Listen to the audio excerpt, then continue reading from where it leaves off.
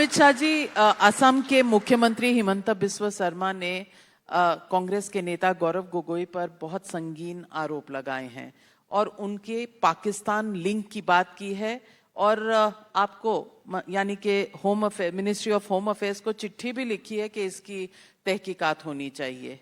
कुछ है? देखिए, हेमंत बिस्वा शर्मा जी को मैं लगभग 11 साल से जानता हूं। वो संजीदा नेता है, गंभीर प्रकार के नेता है और आसाम के विकास में इनका बहुत बड़ा योगदान है।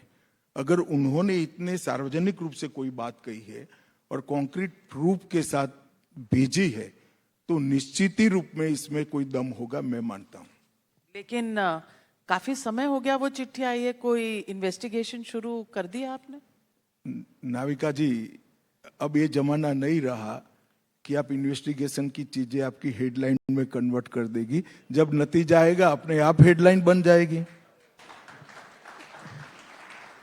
आपने कहा इंटरनल सिक्योरिटी, तो इंटरनल सिक्योरिटी पर मैं सवाल पूछना चाहती हूं। एनआईए ने 6 यूक्रेनियन और 1 अमेरिकी मर्सिनरी को पकड़ा है। मिजोरम का परमिट नहीं था। जनता में एक सवाल है कि कुछ अनहोनी प्लान हो रही थी, कोई संगीन विषय है। ये जो अरेस्ट हुए हैं टेरर प्लॉट था? नहीं, ये जो है वो यूक्रेनी लोगों का ट्रेनिंग एक विदेशी नागरिक ब्रह्म देश के अंदर कर रहा था, म्यांमार में कर रहा था। क्योंकि वहां पर अभी थोड़ी अस्थिरता चल रही है तो म्यांमार के किसी भूभाग के अंदर वो इसकी ट्रेनिंग कर रहे थे। हमने इनको इसलिए पकड़ा है कि म्यांमार जाने के लिए भारत की भूमि का उन्होंने उपयोग किया और मिजोरम में जाने के लिए एडवांस परमिट लेने की जरूरत है, वो उन्होंने परमिट नहीं ली थी। हमारे कानून का उल्लंघन किया, इसलिए हमने उनको पकड़ा है। मगर ये जो बात चली है कि इससे भारत की इंटरनल सिक्योरिटी खतरे में, ऐसा कुछ नहीं है। हमारे कानून का जो कोई भी विदेशी नागरिक यहाँ आता है उसने हमारे कानून का पालन करना पड़ेगा। नहीं करेगा तो हम उसको एनआईए अरेस्ट करेंगे। एनआईए ही करती है। पिछले दिनों एक खबर ये भी आई कि गाजियाबाद से फरीदाबाद, बंगाल से बिहार तक एक स्पाई नेटवर्क पकड़ा गया है। इस का तो अच्छी बात है या बुरी बात है? नहीं, अच्छी बात है, बिल्कुल अच्छी बात है। और आजकल स्पाई नेटवर्क्स की बहुत चर्चा भी चल रही है।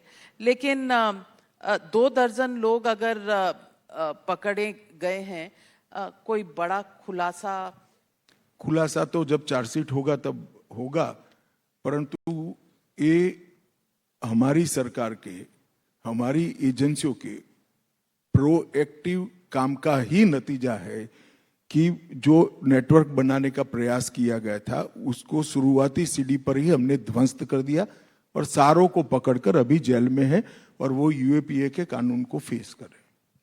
एक और भी सवाल जो विपक्ष आपसे पूछता रहता है कि एजेंसीज को आप कंट्रोल करते हैं, इसीलिए अभी हाल ही में कोर्ट में जो निर्णय आया है जिसमें लिकर स्कैम जो दिल्ली में था उसमें आम आदमी पार्टी के तमाम नेता छूट गए। क्या ये फर्जी केस था जैसे आम आदमी पार्टी के अध्यक्ष अरविंद केजरीवाल? देखिए नाविका जी, ये सेशन कोर्ट का फैसला है। हमने उसको दिल्ली के उच्च न्यायालय में चुनौती दी है। मुझे भरोसा है कि जो चार्जशीट किया गया है वो दमदार है और बहुत सारे सबूत इसके अंदर केस चलाने के लिए मौजूद है। हमारी न्याय प्रणाली जो है वो 3 स्तर की बनी हुई है, सेशन कोर्ट, हाई कोर्ट और फिर सर्वोच्च अदालत। तो जब तक उच्च न्यायालय फैसला नहीं लेती है और शायद फिर केजरीवाल जी ऊपर जाए तो सर्वोच्च न्यायालय, तब तक किसी को कट्टर ईमानदार का लेबल लगाना नहीं चाहिए। केजरीवाल जी ने अपनी ईमानदारी की बात तो कह दी, ये भी कह दिया कि मोदी जी की उल्टी गिनती शुरू हो गई है।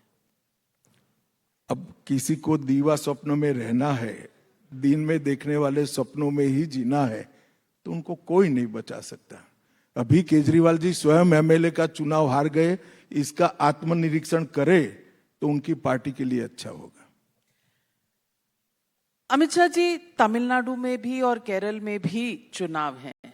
तमिलनाडु में बीजेपी को उम्मीद है, क्योंकि बहुत से लोग कहते हैं कि बीजेपी की पकड़ शायद अब तक तमिलनाडु में, साउथ में नहीं हो पाई, कम से कम डीएमके का ये कहना है। और विजय जो अब खुलकर आए हैं मैदान में, इनके बारे में कहा जाता है कि बीजेपी बड़ी कोशिश कर रही है कि उनकी तरफ आ जाए, लेकिन वो आ नहीं रहे क्योंकि वो सेक्युलर पॉलिटिक्स करना। हमने कोई प्रयास नहीं किया है उनके हमारे साथ आने से। मैं तो मानता हूं कि हमारी वोट बैंक पर उल्टा असर पड़ेगा।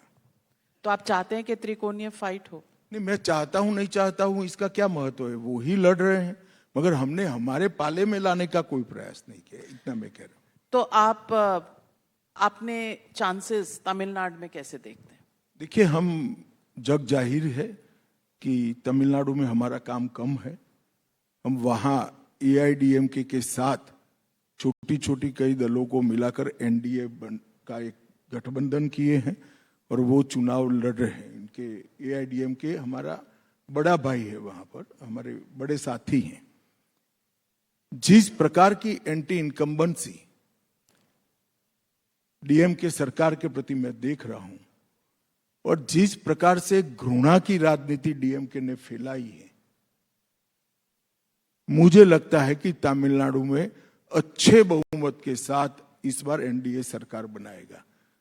और मैं फिर से एक बार कहना चाहता हूं कि इसको आप रूटीन बयान मत समझिएगा। तमिलनाडु में हम निश्चित रूप से सरकार बनाने जा रहे हैं और अच्छे बहुमत के साथ सरकार। बेसिस क्या है आपके इस विश्वास का? क्योंकि एआईएडीएमके बीजेपी का गठबंधन और डीएमके 10 साल से सरकार। देखिए, लोकसभा चुनाव में एआईडीएमके और बीजेपी अलग अलग लड़े थे। लोकसभा चुनाव के हमारे वोटों का योग करे तो हम 39 में से 37 सीट जीते हैं। अब हम दोनों एकत्रित लड़ रहे हैं। मैं अब ये भी पूछना चाहूंगी आपसे कि बिहार में तो आपकी धुरंधर जीत हुई थी, अब वहां पर मुख्यमंत्री बदल दिए जाएंगे, ये फैसला तब का है या अब की डेवलपमेंट है? अभी कहाँ हुआ है? अब राज्यसभा में तो आप नीतीश बाबू वो को तो ले ही ठीक है, जब बदलेंगे तब पूछना जरूर। राजनीति में कभी भी इतने पुराने फैसले नहीं होते हैं। जो फैसला आज होता है वो ही सही होता है। तो फिर बिहार का मुख्यमंत्री क्या बीजेपी का होगा इस बार? क्योंकि 2 बार जी, आप मुझे इतना भोला समझती है कि मैं आपको जवाब दे दूंगा? रॉन्ग नंबर डायल कर दिया आपने। आप सक्षम नेता हैं, लेकिन मेरी भी लगभग 3.5 दशक की प्रैक्टिस है, तो मैं सवाल पूछना तो जरूरी समझती हूँ, हक भी रखती हूँ। मगर ये निर्णय दोनों पार्टियां साथ में बैठकर करेगी और बीजेपी को निर्णय करना है तो हमारे पार्लियामेंट्री बोर्ड जो नितिन नवीन जी की अध्यक्षता में होता है वो निर्णय करेगा, जिसमें मैं भी एक मेंबर हूं। आपके तीसरा राज्य अब बीजेपी का है गुजरात, जहां पर यूनिफॉर्म सिविल कोड का बिल पास हुआ है। अगला स्टेप क्या है और कितने व्यापक तौर से? नहीं, ऐसा है नाविका जी, मैंने पहले ही सार्वजनिक रूप से कई बार कहा है, जहां जहां भारतीय जनता पार्टी की सरकारें हैं, हम यूसीसी को लागू करेंगे और सर्व धर्मों के लिए एक ही कानून होगा। ये हमारा नीति है। नक्सलिज्म खत्म करने का आपने अपना डेडलाइन बनाया था 31 मार्च 2026। नहीं, मेरे अकेले का नहीं था, पूरे देश का। पूरे गृह मंत्रालय ने एक डेडलाइन तय की थी। पूरे सीएपीएफ के जवान, सभी अफसर, सभी लगे हैं और सभी लोग एकत्रित आकर इसके साथ प्रयास करें। तो अभी हाल ही में हमने देखा पापा राव जो बड़े नक्सल लीडर थे, उन्होंने सरेंडर किया है। 31 मार्च की डेडलाइन आप मीट करेंगे या कुछ? मुझे तो भरोसा है हम कर लेंगे, कोई दिक्कत नहीं होगी। तो अनाउंसमेंट क्या होता है? धमाके होना बंद हो जाएगा तो देश नक्सल फ्री हो गया। देखिए, ये किसी के सामने जय पराजय का सवाल नहीं है। ये 5 दशक पुरानी एक समस्या थी। देश के पूर्व प्रधानमंत्री मनमोहन सिंह जी ने भी कहा था, देश की आंतरिक सुरक्षा के लिए सबसे बड़ा अगर समस्या है तो आतंकवाद नहीं है, नक्सलिज्म है। और मुझे आनंद है कि मोदी जी के नेतृत्व में एक कम समय सीमा के अंदर हम सफलता के कगार पर खड़े हैं, या कह सकते हैं सफलता प्राप्त कर चुके हैं। और इस देश में नक्सलवाद के जाने के साथ ही तिरुपति टू पशुपतिनाथ जो रेड कॉरिडोर की बात होती थी, वहां बसने वाले करोड़ों ट्राइबल भाइयों बहनों के जीवन में एक बहुत बड़ा विकास का मौका आने वाला है।